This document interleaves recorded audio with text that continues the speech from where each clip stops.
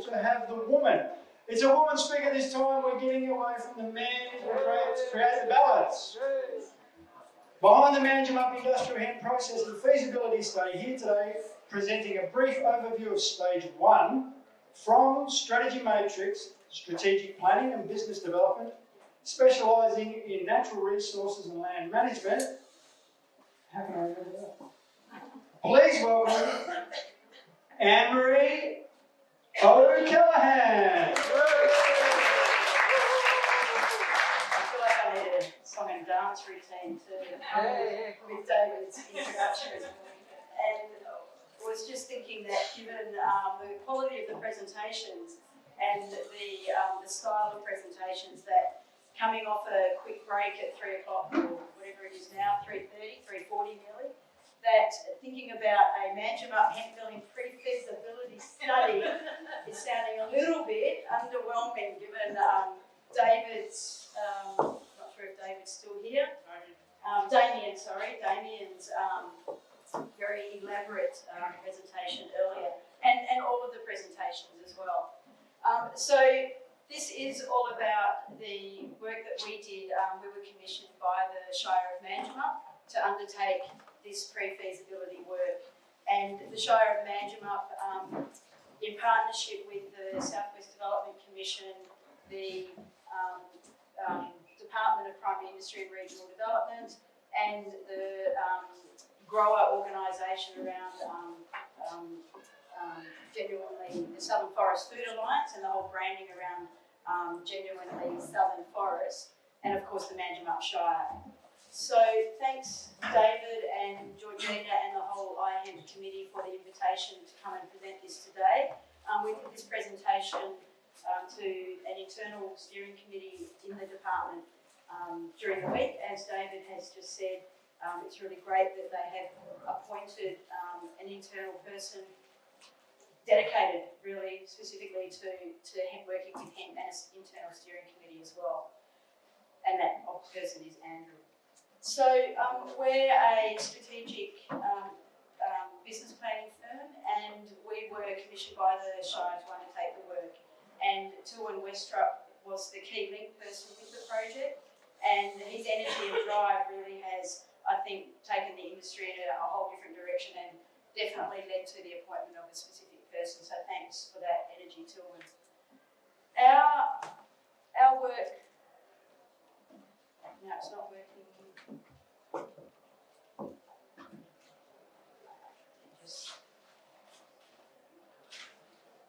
Hang on, let me just turn it back on. There we go. It's always technology, isn't it? Or is it operator error? I think it was operator error. So our project was undertaken in 2 specific stages, and all stages have now been completed.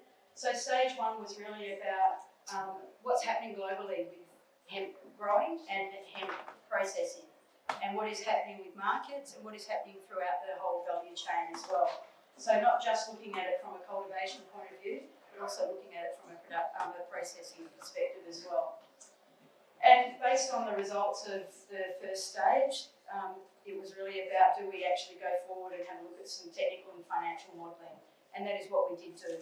So the first stage was presented to the Manjimup Ag Steering Committee, Expansion Steering Committee, and then that was given the green light to then proceed into stage 2.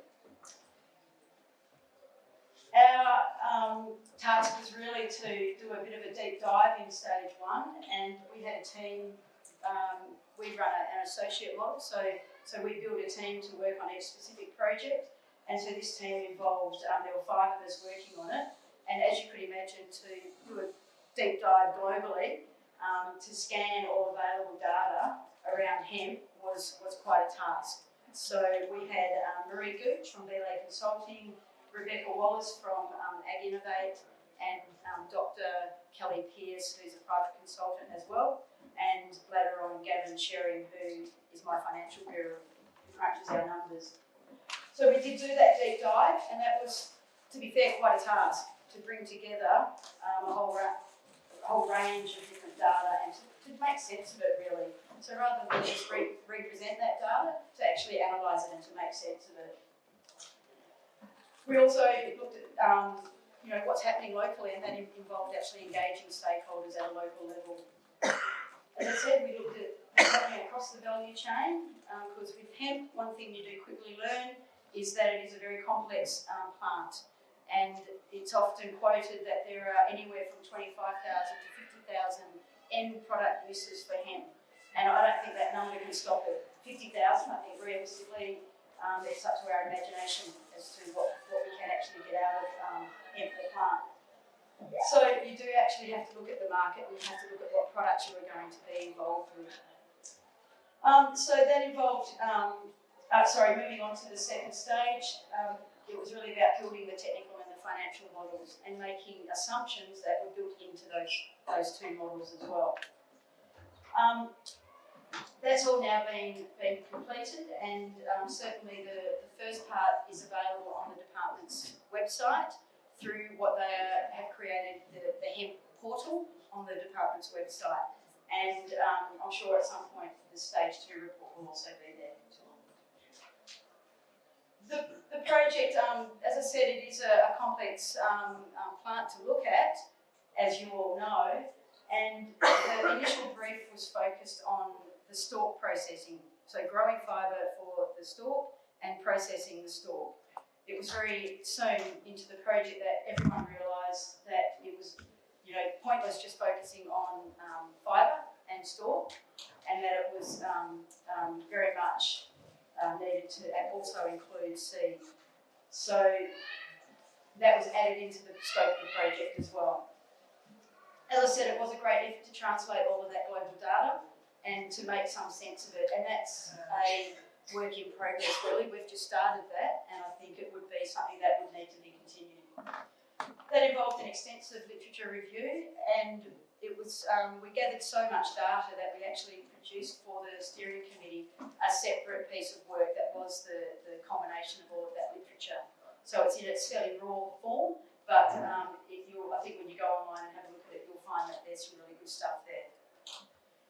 And we all know there's very little hard, factual, research-based data with reliable evidence-based data in WA, and that is an absolute gap at the moment. And it's needed so that we can actually start to put away, what might be a myth or an assumption or a fantasy, and put some facts around it. So we're not making decisions based on fantasy, we're making decisions based on evidence and fact. Our work really, we did dive into the plant,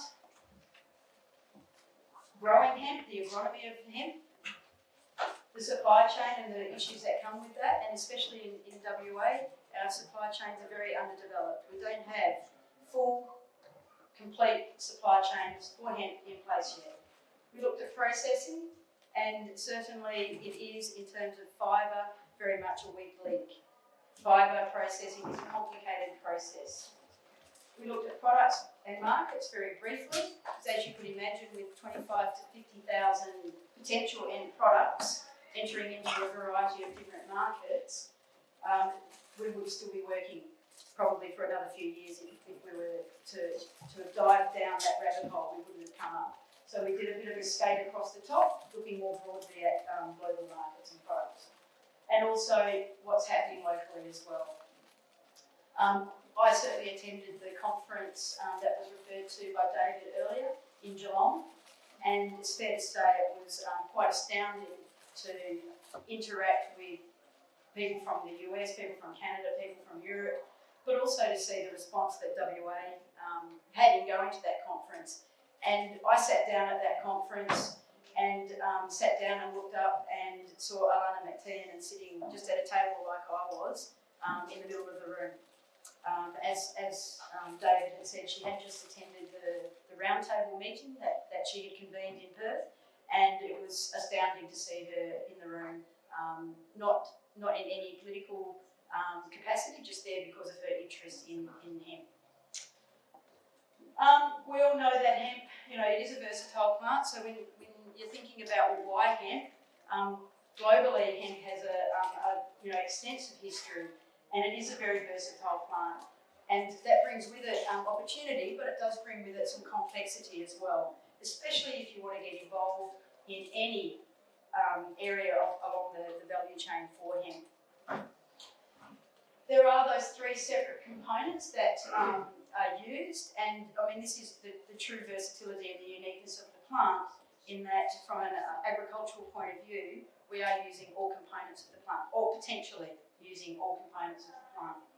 So the outer bast fibre, the longer, stronger fibre on the outside, the woody core of the stalk, which is called the hurd or the shibs, and then obviously the seed.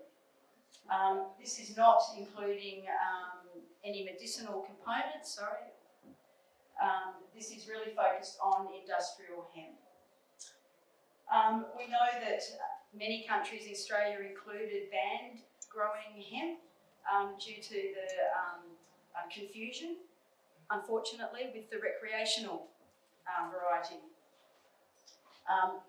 And Canada was one of the first countries to launch back into growing hemp in the mid-90s. This is an attempt to capture all of the potential value chain components of hemp. And as you could imagine, trying to capture something like that on one page is quite difficult. But you can see if you do take up the top here, we've got the straw or the stalk through to its first initial stage of processing. That is simply to separate the bast fibre from the hurd. So the outer fibre of the stalk from the woody core in the middle, the hurd. So the hurd is what Gary was just referring to, that he prizes for his use, to use in his hempcrete and his buildings. The bast fibre is used if you've got hemp clothing,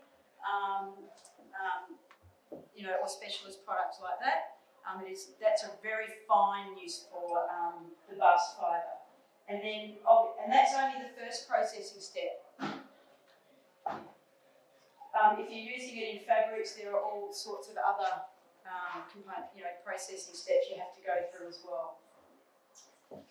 In terms of the seed, obviously the very first and initial stage is to clean and dehull it. And there are people in the room who are actually, I'm trying to find them, but I can't see them, but they are doing that. So we did talk about the need to actually really clarify what are we talking about.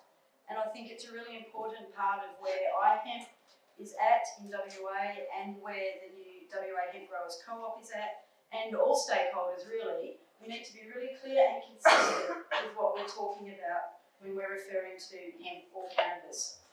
And I think it's fairly, this is a simple definition, if you like, or clarification, but to really understand that there's industrial hemp, there's medical hemp, and then there's recreational.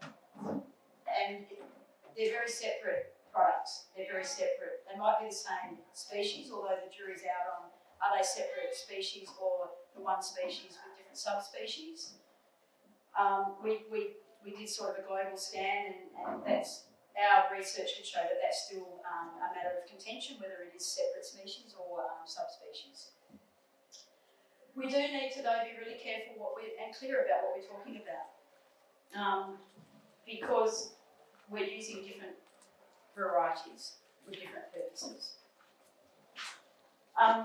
I'll share a little story about that round table meeting. I was talking, this is the one that Alana McTiernan hosted, and I was giving some initial feedback on our research and our study, and I said it would seem that some countries have done very well at making sure they've clearly separated out the recreational and the marijuana type cannabis from the industrial hemp type cannabis. And I said it would be really important that in WA we do start to articulate the difference and that we're separating ourselves out. And Alana McTiernan just looked at me and said, I completely disagree with you.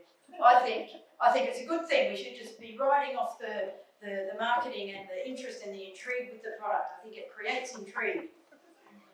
And I just said, yes, it does create intrigue, and I just left it at that, really. She came up and apologised later for tearing me to shreds. I had a few other comeback lines that I thought weren't appropriate.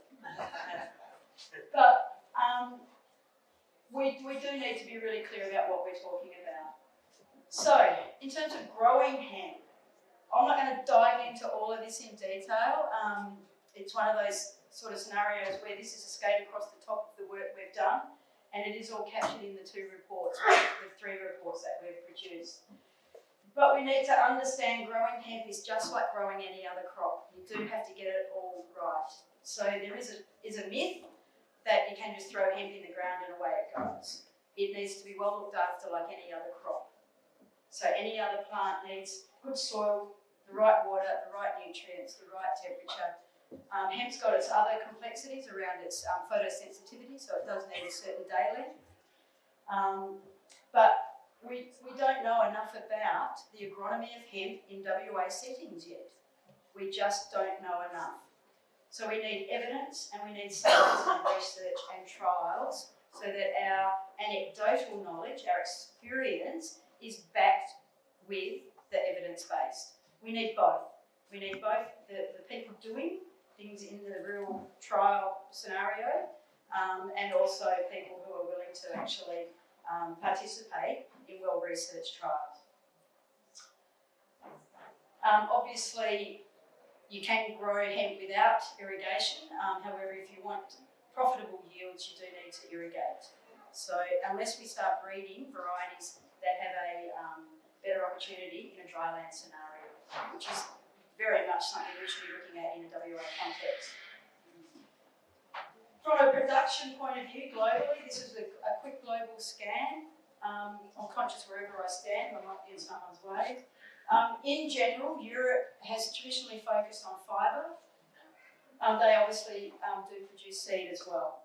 Canada had a traditional focus on grain, and what happened with the Canada scenario was, after it was legalised again and commercial cultivation started, cultivation went gangbusters and people were really keen to start planting hemp again. And so the actual production took off. Unfortunately, there was no processing facilities in place. So then it busted again. And then production took off again because they got some processing capability. But there were no markets in place. There had been no market work. So it dropped again. So Canada very much now looking at the fact that they need to look at their return on investment as well and actually look at all facets of the plant rather than just grain. So they're now looking at developing a fibre industry as well and expanding their fibre production. But traditionally Canada has focused on grain. China are the world's leader in grain production, or in hemp production in general, and more so in fibre and also in grain. They have an advantage in their low labour costs, which are driving the fact that they can get more involved in fibre because of its complexities around the need to separate the bast fibre from the herd. USA, they've only just since 2014 have enabled some production of hemp. It's under a research kind of regime at the moment still, but that's about to change, and that will be a bit of a changer in global markets. At the moment, US is the largest importer, mostly of grain from Canada and China, but their production is starting. So that's going to have an impact on what happens with global markets. In terms of opportunities from a WA context or an Australian context, in terms of supply, what can be done with the large markets in Asia from our point of view? So that's just there as a bit of a question. Processing hemp, this again is just a quick scan through things, but we've got 2 main areas that we need to look at for processing. One is processing the grain, one is processing the fibre. So at a very minimal, for the grain we need to dehull, clean and dehull. For the stalk, it needs more complex processing to separate the bast from the herd. And then there are obviously various other secondary processing that you can do. But we obviously need to take the fibre and the herd and convert it, the bast and the herd. And I was told during the week not to say bast and herd together. But to take it into high value products. term, for grain processing, and this is very much where an initial focus would be, certainly our work was modelled on, taking the grain processing to a very initial level of just cleaning and dehulling it. And that produces a grain ready for human consumption. And we're very good at that in WA. We're very good grain producers in WA. So looking at, making it further along in the value chain and actually doing more processing through to, a virgin or a crude oil through to a refined oil where the impurities are removed a little bit more, through into the end product of all of that pressing and crushing. You do get the hemp cake, which is a bit of a byproduct, but it is still very high in protein. Hemp stalk processing, as I said, it is more complex, and that is why, certainly when we crunched our numbers, it's very clear that focusing on hemp grain and seed production initially is possibly a very good model to start with. Retting is the traditional term. You've probably heard of hemp and the need for this process called retting. So retting is the traditional method of field separating the outer fibre, the bast fibre, from the inner core. Traditionally done in the field where it rots. So retting, rotting. Decorticating is the mechanical process of actually separating the bast fibre from the herd. And there's not a lot of commercial decorticating machines that are operating on a large commercial scale globally. I found a figure of 10. I was talking with someone earlier this morning, Donald. Is Donald had one of the displays upstairs. He thought it was even less than that. So commercial, large-scale hemp decorticating machines are not that readily available.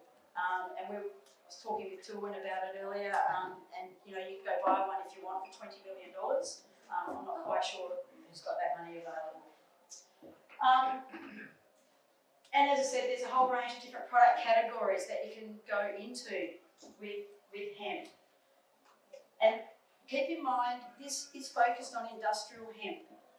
So this hasn't included medical hemp, which has a whole regime all of its own. You'd be in a lab with a full white suit, gloves, booties, and a full white outfit with scissors, cutting and pruning, very highly controlled. That's medical, that's medicinal hemp. Versus the recreational, where you're probably hiding in a basement somewhere. So these products are all from industrial hemp. And there is a very big market for some of these products other than just being food. But certainly the cosmetics are a very big growing market. And I should just go back, some of the plastics, because all of these are substitutes for other products. So hemp really is a product that substitutes others. So it's competing for other products. In the plastics space, you can actually produce anything with hemp. And one very big market is the German premium car market, where they're using hemp as a plastic. Very big market. A biofuel as well, yes, definitely. Because it is such a biomass, such a fast-growing biomass, very good opportunities for fuel. Sorry, I was just going to say phytoremediation and bioremediation. Say that again? Phyto and bioremediation. Yep, definitely, and improving soils, everything, yeah. So there are other values that aren't costed in that regard. So the technical and financial modelling, so that was a deep dive down into what's happening globally. And that was a very quick skim across the top of what we've been focused on.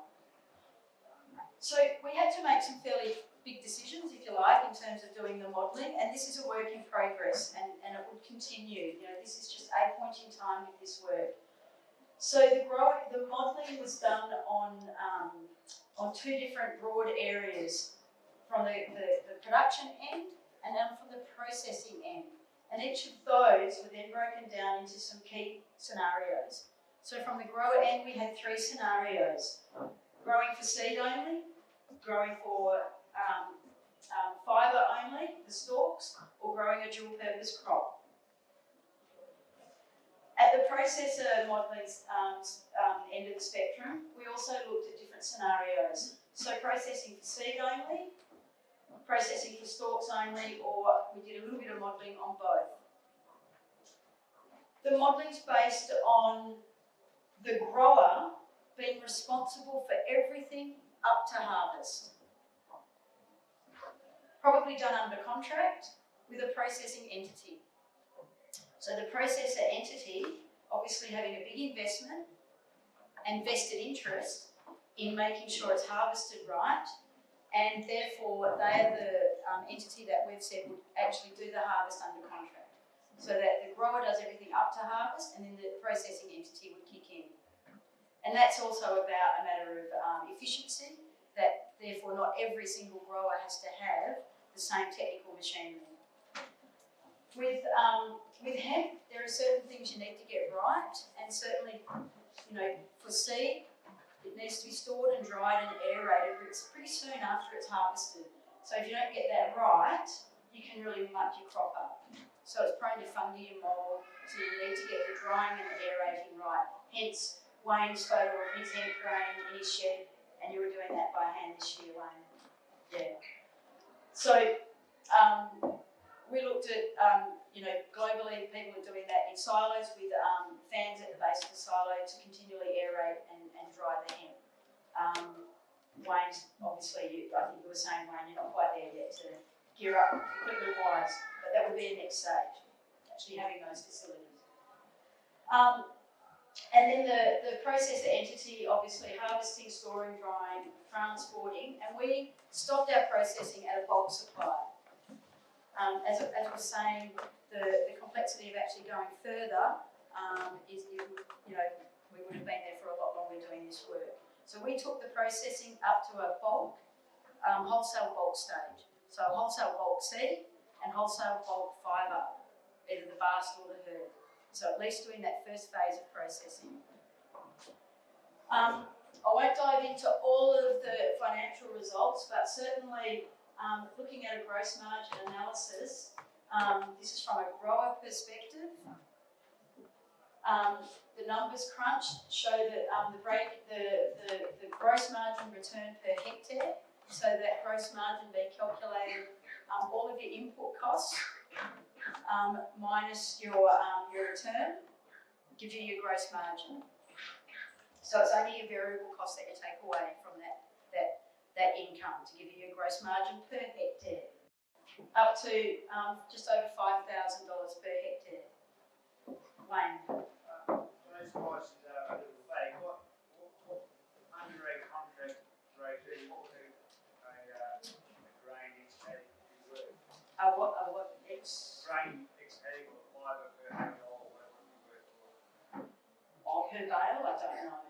Well, you've got those figures, I think you must have somewhere. I didn't work it out per. Yeah. Per tonne. Yeah. So those figures are based on the low end of those figures are based on a yield of 0.5 per hectare, 0.5 tonnes per hectare, at a price point of $800 per tonne. So that's at the low end of that scale for the grain. At the high end of the scale, we calculated on a yield going up to 3 tonnes per hectare at a price point of $2,000 per tonne. To the farmer. Correct. And I know you were talking earlier about that those prices might seem on the high side. Yeah. So, but to get to break even, these are heading towards what might need to be the reality to make it a profitable and competitive crop with other crops that you might be growing.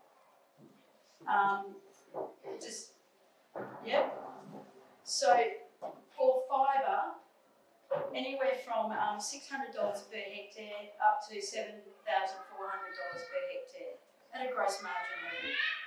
And that's based on, we calculated the low end of that scale at $10 per tonne per hectare, a yield of 10 tonnes per hectare at a price point of $160 per tonne.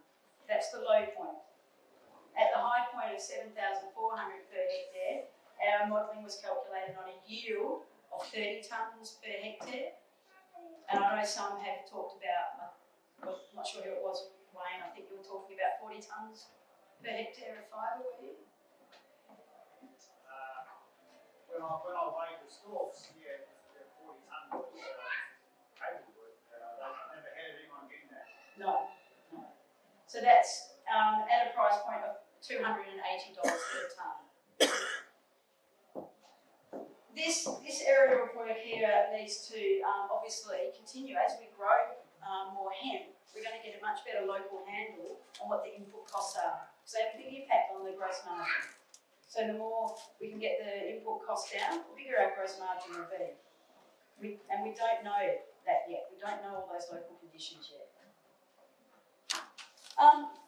Certainly from a innovation, research and development point of view, there are some really clear things that emerged from all of our work, and this is taking it from both a local level, a national level and a global level in terms of what's happening. But of particular importance from a production management component, we desperately need to get knowledge of cultivars and developing cultivars specific for WA.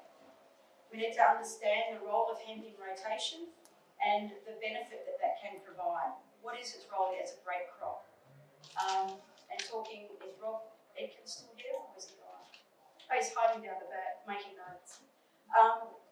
Talking with Rob about the benefit of actually having hemp in rotation, what it does to the nutrients of the soil. And hopefully, Rob, you're going to get some good data out of your work there. As I said, keeping a real clear eye on what our input costs are. So if we're putting on enough nitrogen, not enough nitrogen, do we need to look at more water, less water, the timing of all those inputs, and actually understanding the role of, as we get better at growing hemp in WA, local conditions, really putting some hard and fast rules in place in terms of our inputs. Equipment, it does require some specialist equipment and getting our capacity with that equipment as well. And I think there were some slides of the new equipment that you might need to use and making sure that we've got the right equipment to do the right job. So it's not just a matter of bringing out the equipment that we do have now, although obviously some of it can be modified and used as well. Collaborating, actually getting growers, this is thinking about it from a production angle, to aggregate. So instead of just working on our own as an individual grower, there is a great need to look at different models, especially if we want to work in a dedicated supply chain, where we come together as a group of growers to aggregate so we can have greater influence through the supply chain. A critical issue is looking at, from a processing point of view, how far we actually have to transport, especially the fibre, because it's light and very bulky. So globally, our research came back with at a maximum of 100 kilometres from the processing plant, preferably at an ideal of about 50 or less. In Tasmania, they are basing it on 50 or less. In Germany, we saw some data on 40. That is from where it is grown to where it is processed. The processing modelling that we designed was all about scaling and phasing. So scaling up from a very small start point and then actually adding more complexity to the processing as supply grows. So the key there is actually having enough silos to aerate and dry, because it constantly needs to be turned over, constantly needs to be looked after from a grain point of view.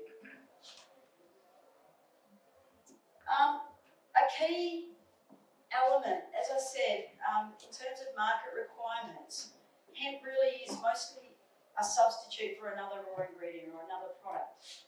So to be competitive at a market end, people need to be thinking about doing at least one of these. We need to be thinking about making it cheaper than other products so that we're competing. Don't do all of these, but at least one if you want to be competitive. Because there are other products that will fill the market or are already filling the market. So it needs to be technically superior.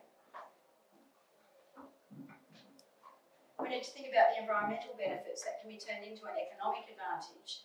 So there is a little bit of a value proposition advantage there from a WA point of view, and it has come up in other presentations with a clean, green, sunlit environment. So we have that reputation already globally for providing clean, green agricultural products.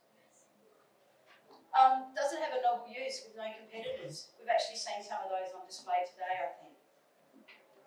Or can we retail it to a niche or luxury market? Think about Patagonian jeans. You can go to Patagonian, the camping company, the apparel company, and you can buy jeans. They're not the cheapest jeans on the market though, are they?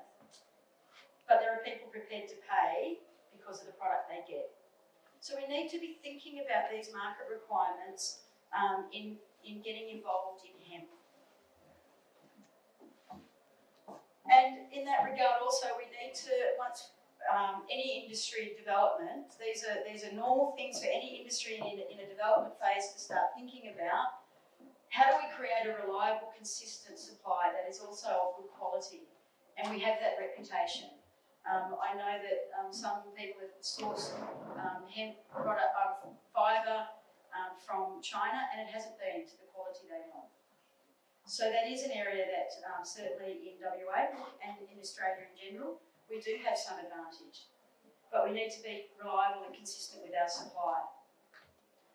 In terms of competition, we need to be aware that those substitutes are common and often a lot cheaper and a lot more ubiquitous as well. There are certainly, as I said, those risks with the way the Canadian industry have developed with its boom and bust type model, and we need to think about developing consistently across all aspects of the supply chain. So we're not just focused on growing, but we need to get that right. Obviously, we need to get very technically savvy at actually growing hemp. At the same time, we need to make sure that there's an economic opportunity throughout the supply chain. And we need to get collaboration through that supply chain. And that's why I think it's always great to see people at an iHemp event. Even the conference in Geelong had the same makeup of people, where there are lots of different participants in the supply chain coming together. There's some big constraints at the moment in terms of market requirements. We don't have any varieties specific for WA. We're not necessarily at the moment all getting certified seed, although the WA Hemp Growers group is making some real headway into actually getting quality certified grain in, and that is one of their real achievements, I think, at the moment. And we need to think about not just international but local domestic demand. There are opportunities to, I'm just looking for David to see how I'm going time-wise. Yep. Oh, wow. We need to think about value-adding opportunities. I'll just skip through. Same with fibre processing. We need to think about how we can actually take the bast and herd fibre and actually convert them into higher value products. And so that value and that profit can be delivered across the value chain. There's a whole bunch of critical issues to get right in a developing industry as hemp is in WA at the moment. One thing I think that we do have as an advantage is there's lots of people talking, and you actually have a direct ear of government right now. And I think you need to take full advantage of that right now. You do have the ear of government. We need to know more about the plant. We need to understand its agronomy and how we can grow hemp. There are over 2,000 different land races, so there's a genetic base out there that we can tap into. But we need to look at local varieties. Can we look at local varieties, a grain variety with a particular flavour, high oil content? What about dry land, potential for dry land? Growing varieties that can be tolerant. Grain varieties also reduces pests and diseases in Australia as well. In rotation with other crops, yeah. Yep. And also relevant to certain pests that we have there. Picking a variety, that's a very good point, picking a variety that can actually cope with what we do have here in terms of processing hemp is complicated, and there's very limited opportunity at the moment for processing the stalk in WA. For grain, there are some dehulling processing going on in WA, but it is very micro at the moment. We've got huge supply chain issues that all of those other things have an influence on. So we don't have consistent, reliable quality supply at the moment. So therefore, we don't actually have products readily available. So we don't have the processing equipment. So we don't have a full, complete supply chain in place yet. Understanding that we need to target particular products in particular markets is really essential. It's okay to have something that's technically feasible, but what if it's not economically feasible? So we need to think about that as well. Of critical issue is actually the need for everyone to collaborate and partner so that we can increase scale. So at the moment we've got a very micro scale, and to really build up that scale, the research would show, the way Canada has done it, that they do need to work, and Canada did this quite well, they worked in collaboration. And capital, obviously, how do we finance all of this work? Our modelling looked at potential pathways for development, and based on what's happening in Canada especially, and even over east and in Tasmania, a first up focus on just building up a seed stock of quality seed. That's absolutely a first start point, building up a seed stock. Our work clearly showed that focusing on grain as a production rather than fibre initially is very important. Fibre globally is a very flat market. The substitutes for fibre are readily available and very cheap. Focusing on grain production has a much more available market and is a lot simpler in its processing. So focusing on a grain industry at first and then building up. Doesn't mean we don't do fibre, it just means that there needs to be a start point. Our recommendations, obviously, out of the report were very clearly to look at how we can develop up cultivar trial work in Western Australia, focused on our particular growing conditions, and that those trials need to be to a scale. How we can collaborate through the value chain, and how we can actually start to bring in some capital and investment into the industry as well. Because operating at a small micro scale, it's going to drift along very, very slowly. So we probably need to think about how can the industry attract some substantial capital and bring in some big investment to get some big things happening. From an analysis point of view, there's more work that needs to be done at a growing level, at a processing level, to crunch the numbers, to make it more profitable for everyone to be involved, especially for the grower. And one of the key modelling points that we discussed was that the aggregation of growers in a dedicated supply chain is one model to look at. And in terms of that, I mean actually the growers having a stake in the processing, so that it doesn't stop at the growing, that the grower is heavily involved and is part of the processing and part of the further down the supply chain. There's a big gap at the moment in terms of where do we grow hemp? And it really needs to happen. We really need to do some site analysis and some mapping as to the best places to grow hemp. And that brings into where water resources are, where the best soil types are, and also proximity to processing and ports.